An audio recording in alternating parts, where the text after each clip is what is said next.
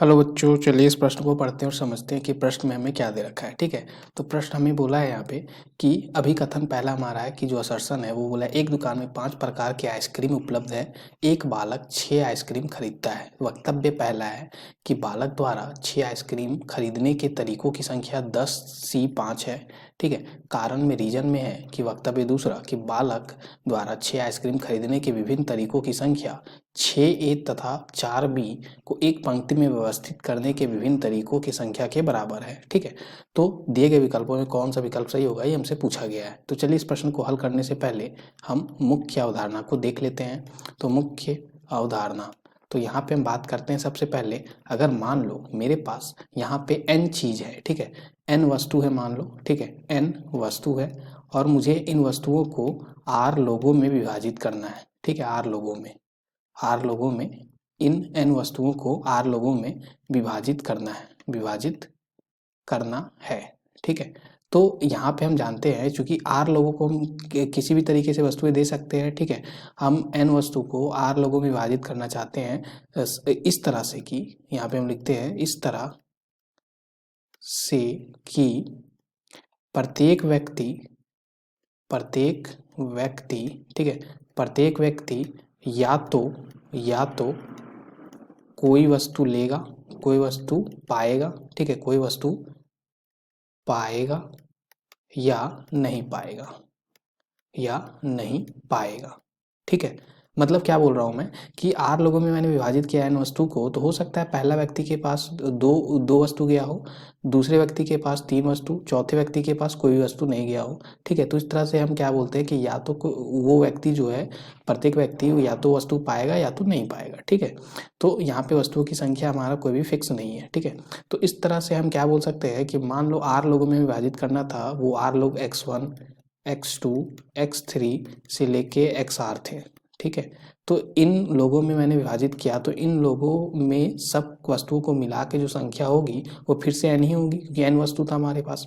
तो इस तरह से ये जो है इनका जो हमारा यहाँ पे अगर हम बात करें तो ऋणात्मक, ठीक है, ऋणात्मक पूर्णांकीय जो हल होता है, पूर्णांकीय हल, इस समस्या का पूर्णांकीय हल वो हमारा क्या होता है, ये हमारा होता है कि ऋणात्मक पूर्णांकीय जो हल होता है इस तरह से, यानी n वस्तु को r लोगों में विभाजित करने का, वो हमारा क्या होता है, तो n जोड़ r घटाव 1 c r घटाव 1। ठीक है, ये हमें पता होना चाहिए। ठीक है, तो यहाँ से अगर हम देखें तो देखो ये हमारा ऋणात्मक पूर्णांकीय हल हो जाता है। ठीक है, अब हम वक्तव्य पहला को देख लेते हैं। तो वक्तव्य पहला में हमें क्या बोला गया था कि हमारे पास 5 तरह के, यहाँ पे क्या है, एक बालक द्वारा 6 आइसक्रीम खरीदने के तरीकों की संख्या में बात की गई है, 5 प्रकार की आइसक्रीम है। तो मान लेते हैं कि माना 5 प्रकार के आइसक्रीम, ठीक है, 5 प्रकार के जो आइसक्रीम है वो हमारे क्या क्या हैं, I1 I2 I3 I4 और I5। ठीक है, ये 5 प्रकार के आइसक्रीम है। तो यहाँ पे अगर हम बात करें तो ये क्या हो जाएगा हमारा, तो I1 I2 I3 I4 और I5।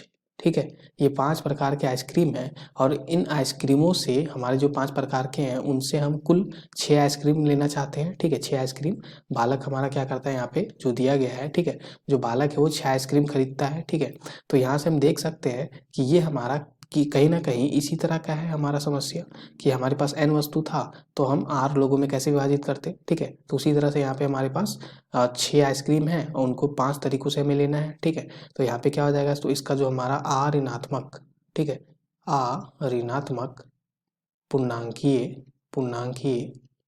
ठीक है, ऋणात्मक पूर्णांकीय जो इसका हल होगा वो हमारा क्या हो जाएगा, तो यहाँ से हम देख सकते हैं n के जगह पे 6 है। ठीक है, तो यहाँ से हमारा n के जगह पे 6 है और r जो है वो हमारा 5 है। तो ये हो जाएगा हमारा 5, यानी कि 6 जोड़ 5 माइनस 1 C 5 माइनस 1, तो ये क्या आ जाएगा हमारा, तो यहाँ से 10C4 आ गया। ठीक है, 10C4 को हम कैसे लिखते हैं, तो देखो हमें पता होना चाहिए कि अगर हमारा NCR होता है तो इसको लिखते हैं n का क्रमगुणित बटा r का क्रमगुणित गुना n माइनस r का क्रमगुणित। ठीक है, तो इसी तरह से यहाँ पे 10C4 को हम क्या लिख देंगे, 10 का क्रमगुणित बटा 4 का क्रमगुणित गुना 6 का क्रमगुणित। अब बात करते हैं दूसरा वक्तव्य का, ठीक है। तो दूसरे वक्तव्य में बोला गया है कि हमारे पास 6a है और हमारे पास 4b है। तो एक पंक्ति में व्यवस्थित करने के विभिन्न तरीकों, इनका जो विभिन्न तरीका होगा, ठीक है। हम बात करें, हमारे पास 6a और 4b है।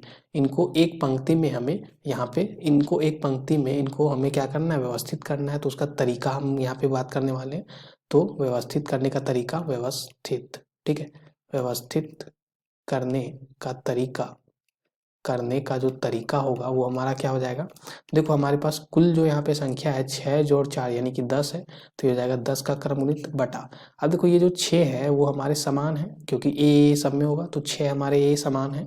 तो इनको अगर समान होता है तो उससे हम क्या करते हैं, यहाँ पे इसको भागा दे देते हैं, ठीक है। तो 6 का क्रमगुणित, और ये 4 भी हमारा आपस में समान है, तो ये 4 के क्रमगुणित से हम विभाजित कर देंगे। व्यवस्थित करने का तरीका तो कुल हमारा 10 का क्रमगुणित होता, लेकिन चूंकि हमारा 6 समान था इसलिए 6 से हमने भागा दे दिया, और 4 भी समान था इसलिए 4 से हमने भागा दे दिया। अभी अगर हम देखें तो ये हमारा जो आया 10 का क्रमगुणित बटा 4 का क्रमगुणित और 6 का क्रमगुणित, ठीक है। और वही हमारा ये भी आया है 10 का क्रमगुणित, 6 का क्रमगुणित और 4 का क्रमगुणित।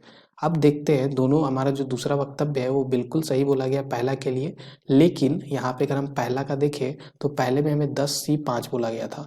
तो 10c5 का मतलब हो जाता 10 का क्रमगुणित बटा 5 का क्रमगुणित गुणा 5 का क्रमगुणित, ठीक है, ऐसा कुछ होता।